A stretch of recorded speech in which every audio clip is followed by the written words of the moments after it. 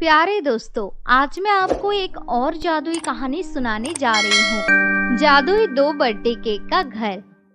किसी गांव में एक रुचि नाम की लड़की रहती थी। रुचि एक अनाथ लड़की थी।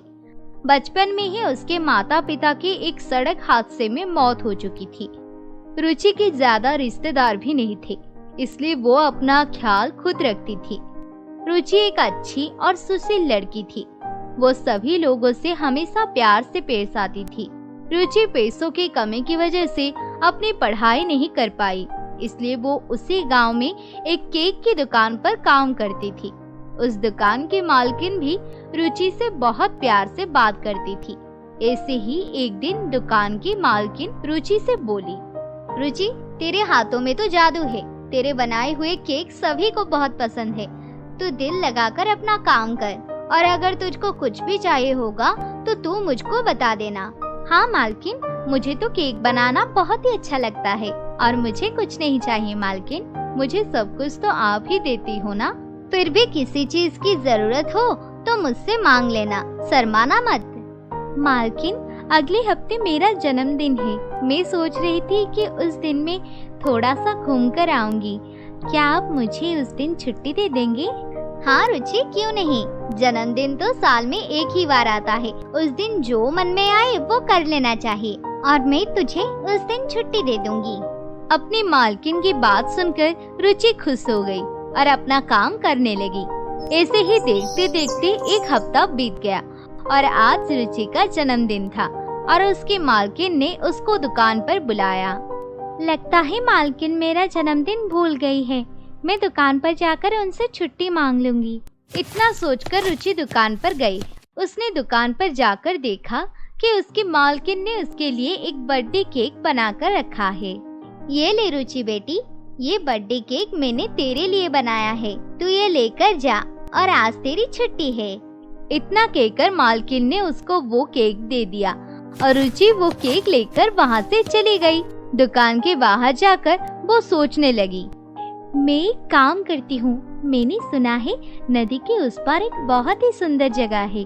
मैं वहाँ जाकर अपना ये केक खाती हूँ। इतना सोचकर रुचि उस नदी के पास चली जाती है और वहाँ जाकर केक खाने लगती है। तभी उसे अचानक से एक आवाज सुनाई देती है, बचाओ बचाओ, कोई तो बचाओ। तभी रुचि इधर उधर घूमने लगी। लगता है कोई मुसीबत में है। मैं जंगल के अंदर जाकर देखती हूँ। लगता है ये आवाज वहीं से आ रही है। इतना सोचकर रुचि जंगल के अंदर गई।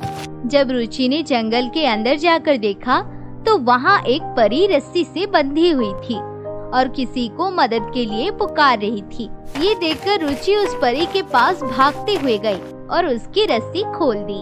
आप कौन हैं? आपकी इसी हालत किसने की? मैं कोमल परी हूँ। मुझे एक जादूगरनी ने अपना बंधक बनाकर रखा था, लेकिन तुमने आकर मेरी जान बचा ली। कोमल परी, तुम कहाँ रहती हो?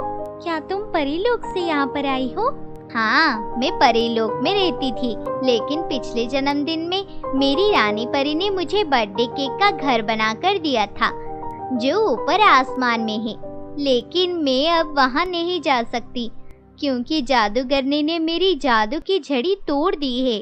मैं बिना मेरी जादुई झड़ी के उस बर्थडे केक के घर के अंदर नहीं जा सकती। फिर आप अब कहाँ रहोगी? अब मेरी मदद कोई और नहीं, सिर्फ एक समझदार इंसान ही कर सकता है। उससे पहले हमें आसमान में जाना पड़ेगा। फिर वहाँ पर जाकर तुम्हें 2 केक के घर दिखेंगे। उन दोनों जादुई घरों में से एक घर नकली है और एक घर असली। जो भी उस केक के घर के पास जाएगा, उसे अपनी समझदारी से उनमें से असली घर चुनना होगा और असली घर चुनते ही वो नकली घर वहाँ से गायब हो जाएगा। उस घर के अंदर ही मेरी दूसरी जादुई झड़ी है। अगर मुझे वो मिल जाएगी तो मैं अपने घर में वापस जा सकती हूँ। परी, मैं आपकी मदद करना चाहती हूँ, लेकिन मैं ऊपर आसमान में कैसे जाऊंगी? तुम्हारा बहुत बहुत शुक्रिया। मैं तुम्हें आसमान में जाने का रास्ता बताऊंगी। इतना कहकर परी ने चुटकी बजाई। तभी उनके सामने एक सीढ़ी आ गई जो आसमान की तरफ जा रही थी। तुम इन सीढ़ियों से आसमान में चली जाओ, वहाँ पर तुम्हें वो 2 केक के घर मिलेंगे। तब रुचि उस सीढ़ी पर चढ़ते हुए आसमान में पहुँच गई। वहाँ जाकर उसने देखा कि वहाँ पर 2 जादुई बर्थडे केक का घर है। जैसे ही वो उन दोनों घर के सामने पहुँची, तब पहले घर में से आवाज आई, स्वागत है तुम्हारा इस जादुई दुनिया में। मैं असली केक का घर हूँ। अगर तुम मेरे अंदर आओगी तो तुम्हें जो चाहिए वो मिलेगा। तुम हमेशा खुश रहोगी। नहीं, तुम इसकी बातों पर विश्वास मत करना। मैं हूँ असली केक का घर। अगर तुम मेरे अंदर आओगी तो तुम्हें सुख भी मिलेगा और दुख भी मिलेगा। अब तुम्हें चुनना है कि तुम्हें हम दोनों में से किसके अंदर जाना है। दोनों घर की बात सुनकर रुचि सोच में पड़ गई और रुचि मन ही मन बोली, पहले वाले घर के अंदर सिर्फ सुख है, लेकिन दूसरे वाले घर के अंदर सुख और दुख दोनों है। और जिंदगी में कभी भी सिर्फ सुख ही नहीं हो सकता। अगर कोई दुखी होता है तो उसको सुखी होने का एहसास भी होता है। इसका मतलब दूसरा वाला घर ही असली घर है। इतना सोचने के बाद रुचि कहती है, मुझे दूसरे वाले घर में ही जाना है। इतना कहते ही पहले वाला घर गायब हो जाता है और दूसरे वाले घर का दरवाजा खुल जाता है। उस घर के अंदर सभी कुछ चॉकलेट का बना हुआ था। वो वहाँ से परी की दूसरी जादुई छड़ी लेकर परी के पास वापस आ जाती है। तुम्हारी वजह से मुझे मेरा घर वापस मिल गया। अब से तुम मेरे साथ मेरी जादुई केक के घर में रहोगी। इतना कहकर कोमल परी रुचि को लेकर अपनी जादुई केक के घर में ले गई। उसके बाद से रुचि और परी दोनों ही हंसी खुशी उस घर में रहने लगे।